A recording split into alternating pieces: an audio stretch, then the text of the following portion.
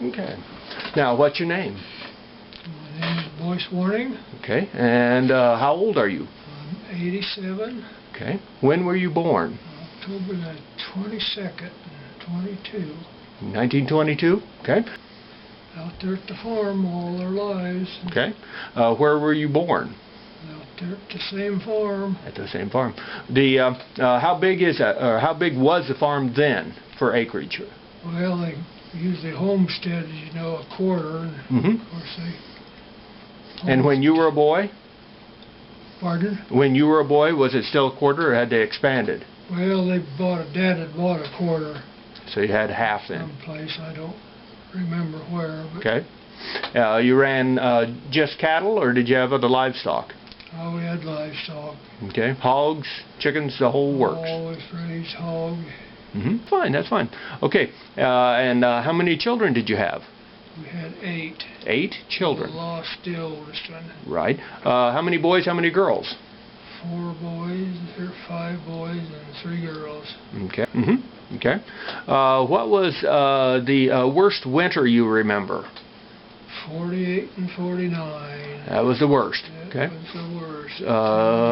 Monster snowdrifts, or just a bad winter all the way around? All the way around. Okay. You lose livestock? We didn't, but someone farther east and north did. Okay. What was, do you remember the worst hailstorm? Oh, God, I remember a Lulu, but I don't know which year it okay. was. Did it even beat up the cattle and everything? It did. Yeah.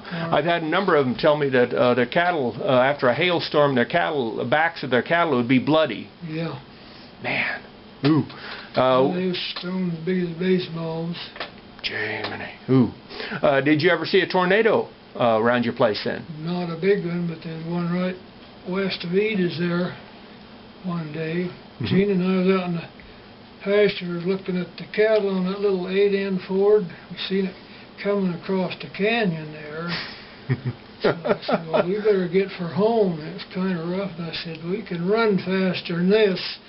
So we just shut her off and headed for the house. It wasn't only, you know, maybe 300 yards from it. But right. But Shirley, and I said, get out here, there's a twister on its way. And she said, well, I gotta shut the window. And I said, forget the damn windows, get out here.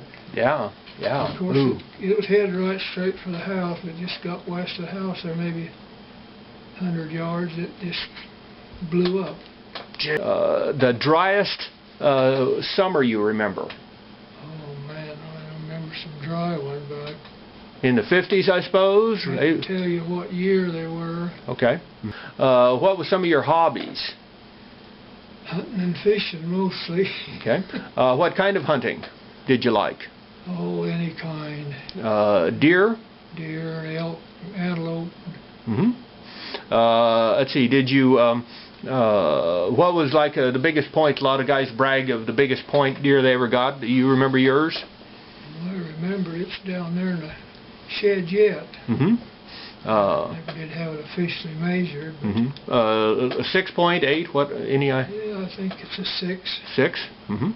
I know, being part of the Reichert Empire over here, they sure religiously hunt deer, and always did.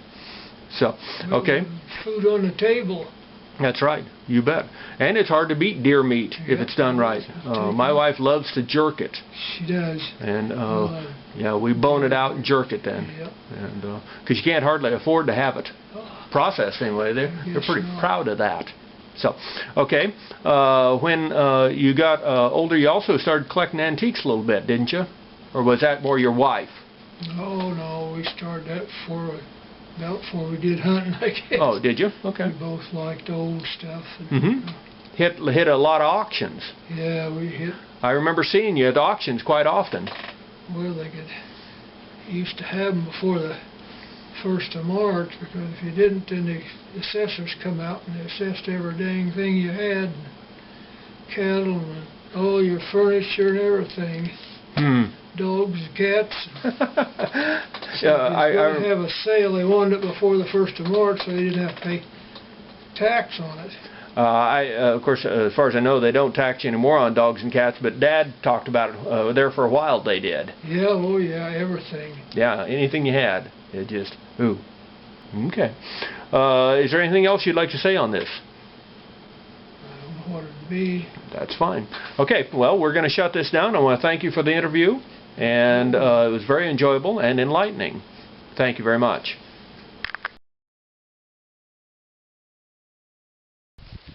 You're looking at a sod house. It's one of the last sod houses in southwest Nebraska. It was built in 1890 when they homesteaded this piece of canyon, dry, desolate canyon. You might ask, why would they homestead out here? By 1890, however, most of the good land had already been homesteaded and bought up, and so the options were very few for the late comers.